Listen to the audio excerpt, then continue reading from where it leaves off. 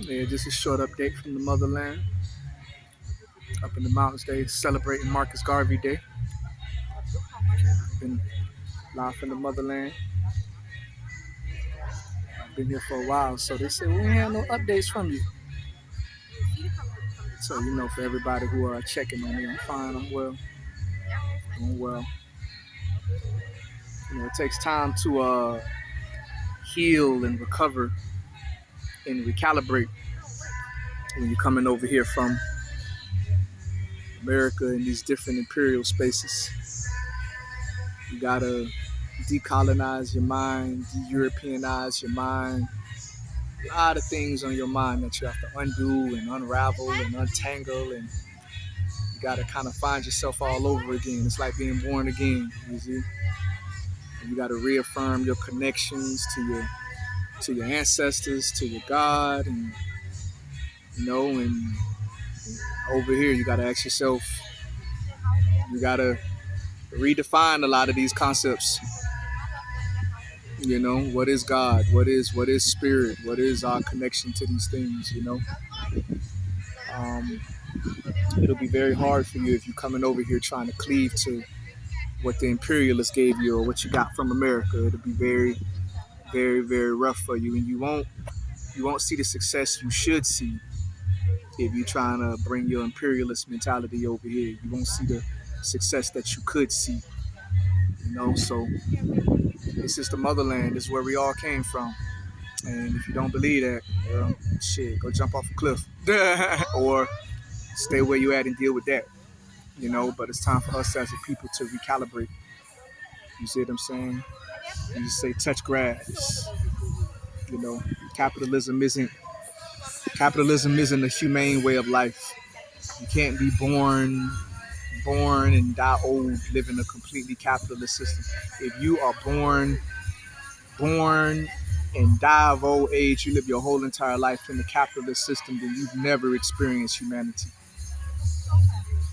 You've never experienced humanity because capitalism isn't made for humanity. Capitalism is made for capital. It is a capital-driven society, and humanity isn't even secondary. So the type of society that produces is one that when you get over here, you got to heal from. You got to take that time and heal. So, but I finally reached a place in my healing where, yeah, I've reconnected. I have established my connection with who I really am and who I truly am, and now I'm able to walk forward in that. But it takes time.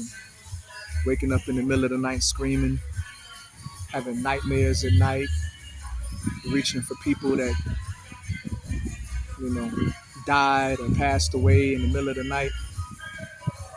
The spiritual connection over here is very strong. So sometimes the dreams with the people that you've lost in these societies are so realistic. You wake up reaching for them and calling for them, And that's what really helps with the recalibration, the strength of the spiritual connection here. You're not living in a society that's run by genes, where you got to sell your soul just for a plate of food. You're really living in a society that's built for humanity, and the struggle that you see here is people trying to incorporate these inhumane systems here on the motherland, and it's not working out for anybody, least of all for continental Africans who believe that this imperialist way of living is superior, or who were taught and indoctrinated that this imperialist way of living was superior to the way we were living before. You see, but if you're coming from these spaces and you're not just getting secondhand knowledge from these spaces or brief meet and greets and drive-throughs of these people, but you've actually come from the places where these people are, then you know that these systems are not the future of humanity. And these systems are destined to fall. They're destined to fall. They're destined to collapse. This is the way of life. This is humanity. You know, America is for business. America is for making money, but America is not for living. You know, it's not for living. Africa is for living. And now you can't separate our way of making money now from our way of living anymore. You can't separate the two. They have to become one. So the place where you make your money has to be the place where you're able to have a humane existence in life. No more having to travel into cages and travel out to global plantations in order to make some money, and your family don't get to see you. You know, nobody gets to see you. Your family back home don't get to see you. You know, and you're sacrificing yourself just to make some coins to send back to your people who are starving home. No, no, no, no. It's time for us to come home and make and synchronize our living with our livelihood. You see? Because Americans are tired. Black Americans are tired. They're exhausted. They're fatigued. And the people are still dying. They're still being hung from trees. The oppression is still happening. It's still happening. And it's going to keep happening because that's what capitalism is. Capitalism does not take account for human life. Capitalism does not take account for human life. So it's going to keep happening until we decide that we want better for ourselves. Until we decide that we want better for ourselves. You know, it ain't for nobody to tell you what you want for yourself. If you still in the place where you need people to tell you what you want for yourself, then you're still looking for a slave master. The time that I've been here, I'm a Pan-African, but I haven't been trying to convert nobody. You know, I'm not trying to convert nobody. Christian, Muslim, Jews, religion, those are people who are trying to convert people to their belief system. I ain't trying to convert nobody. I live it. And through my living, you see the validity of my belief system. I ain't trying to convert nobody. But the people that's always trying to convert you, and they was talking about how come I don't report, people that got 1,432 YouTube videos telling you how to think and what you should think and where you should think and who you should think and who you should affiliate with and who you need to align with and who you need to listen, bro, I don't need you to tell me that. I'm a grown-ass man. I ain't no jit and I ain't no slave. I go with what's good for me. See what I'm saying? So we done with people telling us how to think, and we done with putting up with inhumane systems. And anytime we try to find something outside of these inhumane systems that we've been at for the past hundreds of years, you got somebody to my, no, don't do that. No, bro, no, that ain't where that, bro. You need to delineate from that, bro. You need to separate yourself from that, bro. Fuck you and your mama. Fear is not my God. If you got fear of something, just say that. Don't try to, I ain't got no fear. Just, you know, if you do your history, you do your history and you do your studies, you'll just know that ain't the play. You know what I'm saying? You gotta see actually, the reason why that ain't the play is because, okay, let me see that for myself. Let me go for myself. No, I've been already, and I'm trying to tell you that. Okay, good for you. Let every man's life be defined by his own experiences. Don't in 2026, ain't nobody talking about, I feel like what I believe ain't right, but I ain't never had the evidence to prove it, so I'm better just trusting the invisible forces. This ain't the age of Pisces no more, where things is hidden behind the cult societies. This is the age of Aquarius. All information is available. There is no excuse for you to be following anything that you haven't done your own due diligence and research to verify for yourself. So you claiming a nationality, but you refuse to get a DNA test. Oh no, because the 23andMe be collecting your ancestry data. Okay, what about AfricanAncestry.com? Chadwick Boseman from the Black Panther movie wasn't talking about 23andMe. He was talking about AfricanAncestry.com. That is a black-owned DNA company that can tell you where you from, whether you Native American or whether you African. Oh, I ain't know about that. But you on your 27th YouTube video about why Africa ain't it and why we ain't from Africa, and your ass ain't even did the due diligence.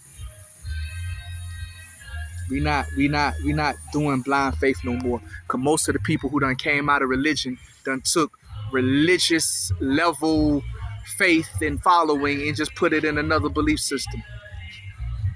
Religion ain't the problem. It's how you follow that religion. It's the fact that you don't do your due diligence and you don't make a connection to the ideology and an understanding of the ideology for yourself. That's the problem.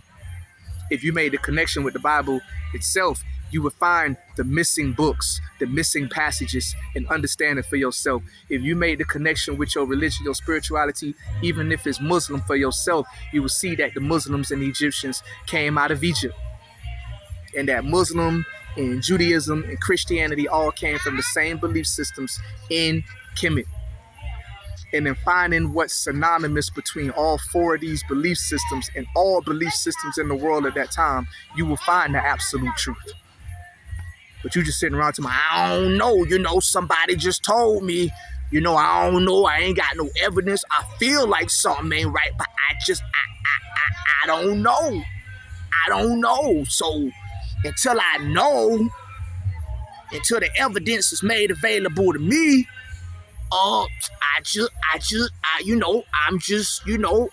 that's what they told me. So I'm just gonna have blind faith. I'm just gonna go off that. When the enemy comes like a flood, the Lord will raise up a standard. And the standard is being gained. The standard has been raised against blind faith. Come out here and see it for yourself. Come out here and experience it for yourself. Because scared money don't make no money. You can't be scared and terrified of the world no more. The time is over for us being scared and terrified of the world. Fear is not my God. I'm going to go see it for myself. I'm going to go experience it for myself. You understand? That life in America ain't working. It ain't working for nobody. So it's time for us to look at other solutions, other economic systems. Because capitalism ain't it. And I think by now we figured out that black capitalism ain't going to save nobody. Excellence in the white man's system ain't going to save no black people. I think even as Martin Luther King changed his stance about what he stood for towards the end of his life, I think even W.E.B. Du Bois changed his stance from that talented 10th rhetoric that a small group of blacks were able to lead the rest of the blacks to liberation. No. Not in your enemy's land, not in your enemy's territory.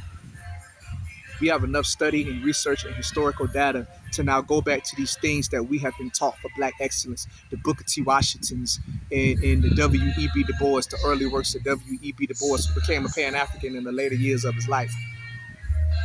In the Frederick Douglasses, we've had all that. We've had Condoleezza Rice. We got black representation in government. We got black senators. We got black presidents. We got all that now.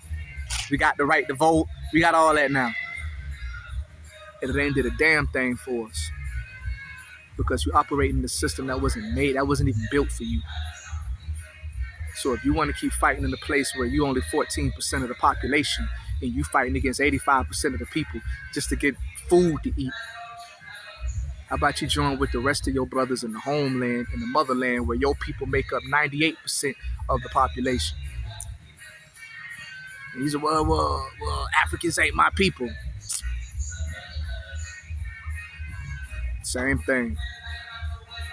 The evidence is there. The proof is in the pudding.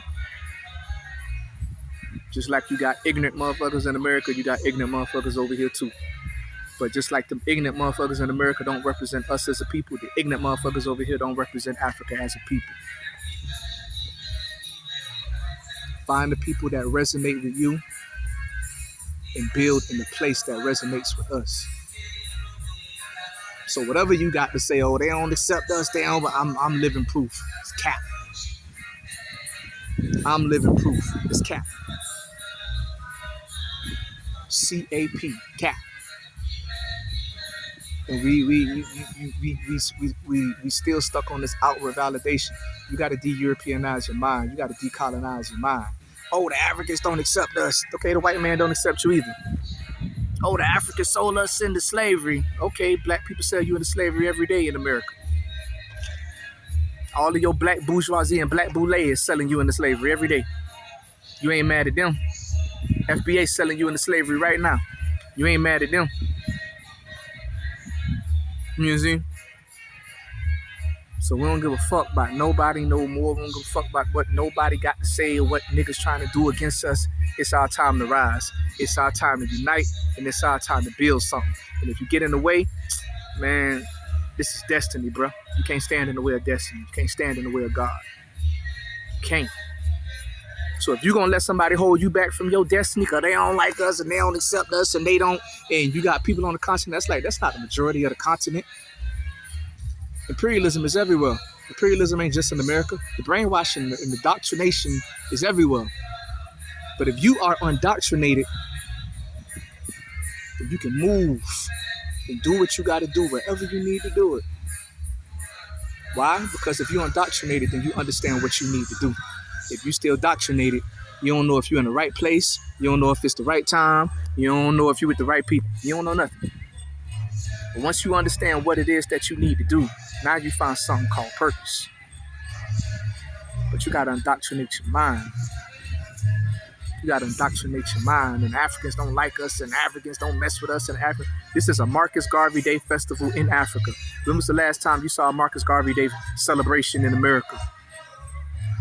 This is a Malcolm X festival. They got Malcolm X pictures all over the place. When was the last time Malcolm X was celebrated in America? They don't even talk about Malcolm X no more. You got Tupac shirts and Tupac memorabilia all over Africa. When was the last time you got the youth today that don't even know who Tupac is? Harriet Tubman shirts. When was the last time they don't even celebrate, they don't even teach black history in schools no more. But these people hold our people as prophets, as oracles. That's Pan-Africanism. Pan-Africanism is the black struggle for liberation, the historical black struggle for liberation. And don't speak to nobody but about Pan-Africanism but a Pan-African. You understand? Pan-African is about us building the global black community, rejoining and reconnecting and building. Because you can't do nothing by yourself. Can't do nothing by yourself. The black man in Germany, the black man in Britain, the black man in America, the black man in the Caribbean, the black man in Africa, they all have to come together and work together to build something for us. And you damn sure ain't gonna build it in your enemy's land. So if you come over here looking at who don't accept you and who don't like you and who ain't fucking with you, that ain't what you here for. You here to build with like minds. That ain't what you here for. You ain't here for what African don't like you and what African don't accept you and what African sold you. That ain't who you here for. You understand? So man, this ain't the time to be living in fear. Cause like I said, scared money don't make no money. It's the time to grow and build and live and thrive. My camera ain't good, but I wish I could show y'all this view. I wish my camera was good enough to really show y'all this mountain view.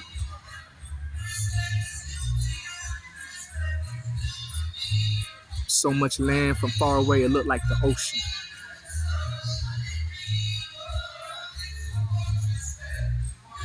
You see? So I'm finna go celebrate my Marcus Garv3y Day. Red, black, and green flag day. Finna go celebrate with like minds. Alright? Y'all be easy. And realize, man, you got options. You ain't gotta put up with that bullshit. Now, if you wanna stay over there and die in that shit, hey, that's your right. Everybody has free will. You see? But if you wanna leave something behind for your children better than inheriting the bullshit that killed you and killed your mothers and killed your fathers and killed your grandchildren, if you want to leave something better for your children than what you've been given in these white spaces where you living at, then holler at me, man. Chop it up with me. Let's build over here in the motherland. There's room for everybody in this abundance beyond measure. But we got to stand on 10 and we got to take that abundance back from the same people that killed all the Native American Indians over there. You see? It ain't just the Native American Indians that suffered. It's the whole world, especially Africa. But I ain't for to stand for the other man's land. I'm for to stand for the brothers, man, the brother man's land. So I ain't fighting for Germany. I ain't fighting for Britain. I ain't fighting for land in America. I'm fighting for the land of my forefathers. I'm fighting for the land of my foremothers. We done shed enough blood for other people's land. No, but this is our land too. You know, if we born here, that means this is our land. Well, if you're African that's born in Germany and you think you German, do your thing. You've been in Africa for millions of years, but you've been somewhere for 400 years, and now you think that's erased all of your African nature. But when you do a DNA test, 85%, 90% of your DNA is African. But you want to cleave to the little 5% of your DNA that was mixed from other people that was oppressed and pressed in the same cell and oppression and slavery alongside you from all over the world.